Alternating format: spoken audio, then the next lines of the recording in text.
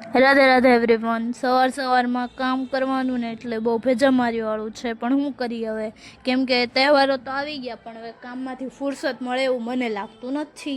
અને ફેસ્ટિવલ પર તો શોપિંગ કરવી ને આ બધું તો મારે આમ તો નોર્મલ જેવું થઈ ગયું છે હવે, બટ તો બી થોડુંક તો થાય ને. સવારમાં ઉઠીને સીધું કામ જ કરવાનું એટલે તો બી કામ તો કર્યા વગર છૂટકો છે નહીં. એટલે હું વિડીયો ઉતારતી હતી ને મારી બેન ને મારા મમ્મી કામ કરતા હતા. હે 2 મિનિટ દો, પછી હું કામ કરતી હતી.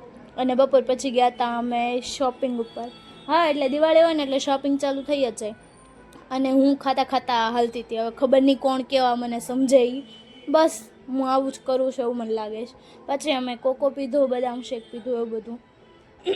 સારું, મારી બેન મારા પપ્પાના બદામ શેકમાંથી ને હિસ્સો લે છે તો હું થોડી બાકી રહું. આપણે બી હાથ સાફ કરી લીધો થોડોક બદામ શેક ઉપર. અને આ કઈ ગલી છે તો મને નથી ખબર, બટ ભાગળ જ છે આઈ થિંક. આ એ સાઈડ હતા. અને પાર્સલ કાકીને બે ભાઈઓ માટે કરાવી લીધું હતું. અને મેં એક આ લીધું હતું, જોડી આખી છે એરિયા, બટ આ પેન્ટ ઉપર મેં એક બીજું ટી શર્ટ બી લીધું છે, બ્લુ કલરનો શર્ટ છે સોરી. અને હવે આ આઉટફિટ કેવું છે કેવું ને તો મને તમે કહેજો કોમેન્ટ બોક્સમાં. એટલે આ હું પહેરવાની છું દિવાળીના દિવસે. કંઈ નહીં, મળીશું બીજા વિડીયોમાં. રાધે રાધે.